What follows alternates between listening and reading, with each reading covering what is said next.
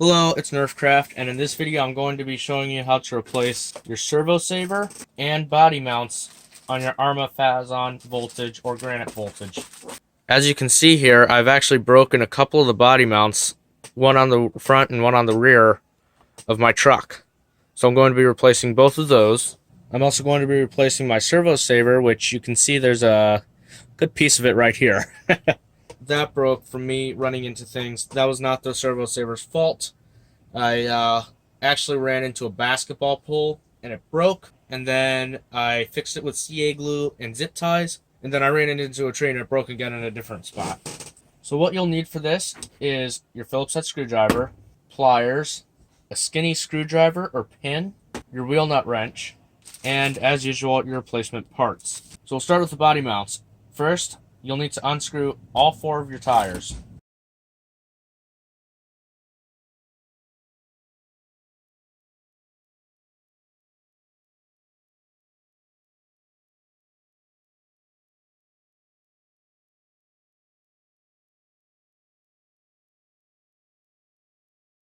Once you've removed all of your wheels, you want to take your small skinny screwdriver or your pin and push out this pin right here that holds in the body mounts. And once you started pushing it out, take your pliers and go ahead and carefully grab the other side, pull it out the rest of the way. Once you've done that, your old body mount will just slide out. This can now be trashed. Next, you'll want to grab your new mount, and you'll see that there are 2 different versions here. One of these is the rear, and one of them is the front. Front has the longer posts with the holes spread out more. So you'll want to use this one because this is the front. This other one here is for the rear. To install this, you'll just want to make sure Arrma faces the front. Go ahead and push these legs back into place. And for the Phazon, it's at the lowest setting. I don't know what the setting is for the granite, but go ahead and push it to whatever setting it was at before. And you'll just want to take and push your pin back in. And you can get your pliers to help you with this again. If it's not quite going in, try lifting up the body mounts a little bit and then push it in while pushing the body mounts down so that the pin can find the holes.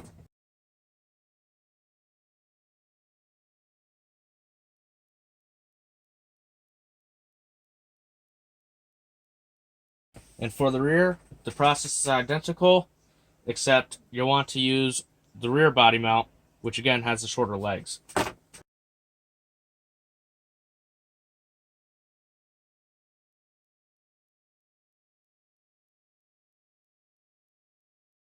And that's all you have to do for the body mounts.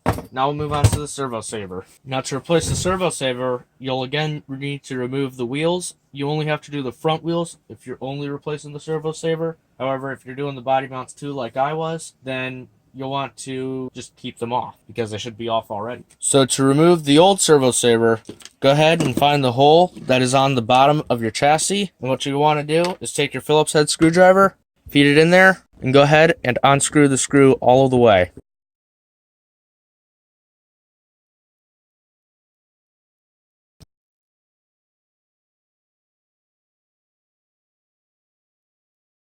Now what you'll need to do is go ahead and turn one of your knuckles all the way out so that it brings the servo saver with it. Now if you have both of your links installed, it'll probably only come out to right around there. So if you can only get it to there, go ahead and pop off the link from right there. It's just a ball joint, so you can just pop it, and then you'll just move it to the other side, turn this knuckle all the way, and then pop off the other side. However, if it's like mine and both one side has come undone, or I guess even both, you can just go ahead and pop off the old link, and then we'll need to grab this little ball joint because we will be reusing that.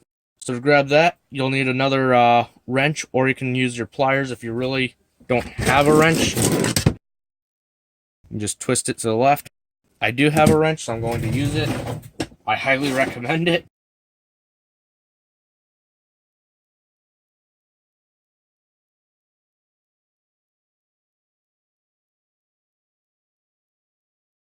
Now you can see here I have this link that has popped off from the knuckle, but that's okay because it's just another ball joint, so all you have to do is just pop it right back into place.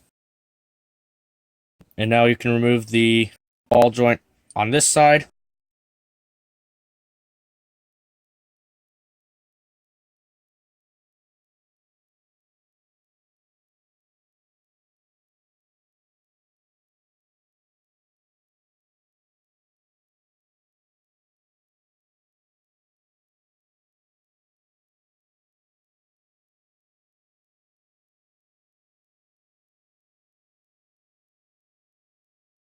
And you can go ahead and rid yourself of the old servo saver. And you can see that this one is a little bit different than the old one. You'll actually have to assemble this servo saver.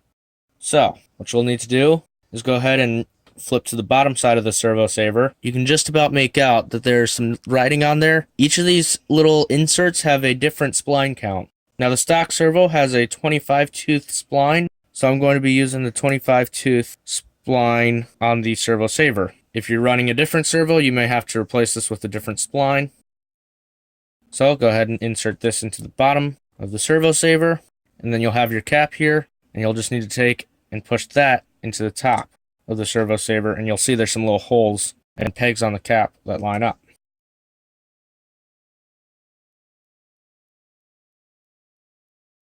Once you put that on, you can go ahead and install your new ball joints, or your old ball joints into the new servo saver, sorry.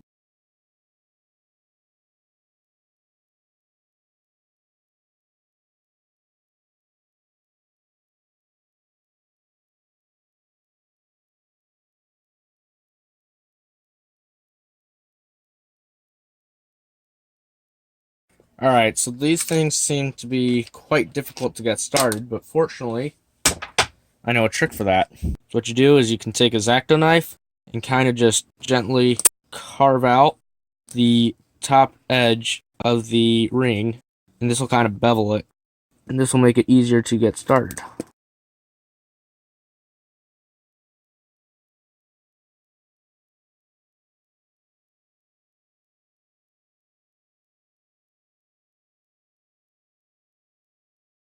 And as you can see, starting that was much easier afterwards.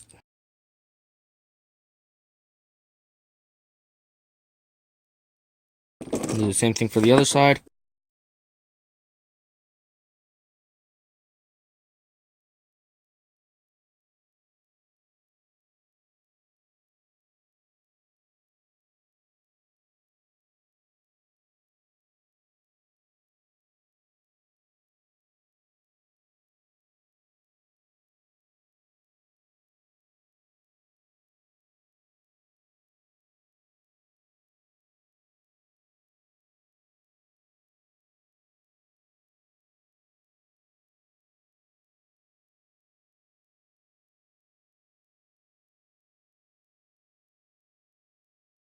Now we're about ready to go ahead and install this in the truck.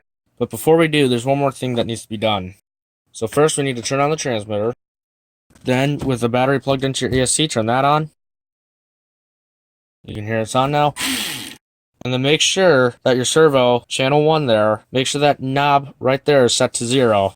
And what this is going to do is it's going to set the servo back to center so that it can be straight when you put on the servo saver, so that the wheels are straight. So go ahead and just pop on these parts, pop on your ball joints, and you'll need to feed it through and pop on the other joint.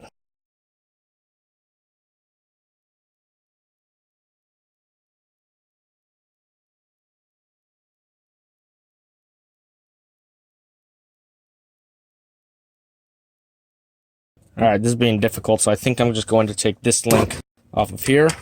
We'll go ahead and bring this through. Then we can pop the link on this side, and then we can bring it back into the middle, and pop the link back onto the knuckle. Just like that. I will also need to reinsert the top of the servo saver.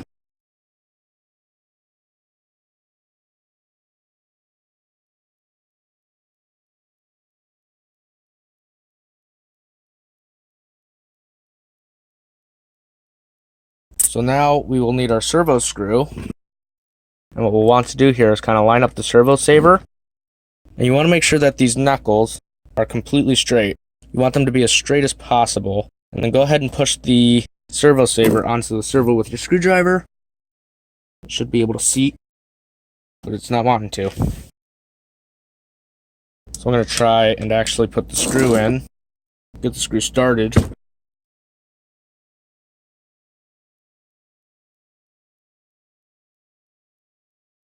Get our knuckle straight. And from here we can just start screwing in the screw, and once that catches into the servo saver will not be able to move as much.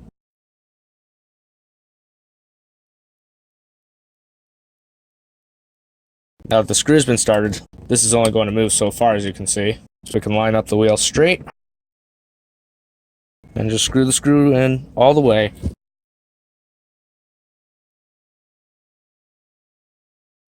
And now that the new servo saver is on, you can see that it steers okay. So we can go ahead and install our wheels again.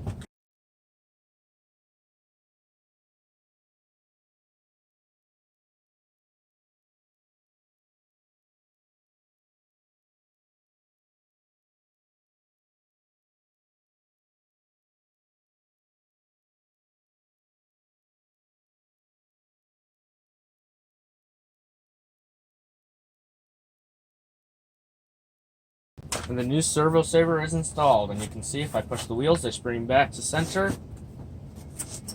But the servo is not being moved or strained too much. And if I steer the wheels, you can see that they go through their full range of motion. And remember, if your wheels are not quite straight, the truck will veer, and if that happens, you can just use that same channel 1 knob that we used earlier and just straighten it out. And that is how you replace body posts and servo savers on the Arrma Voltage Fazon and Granite. Thank you for watching.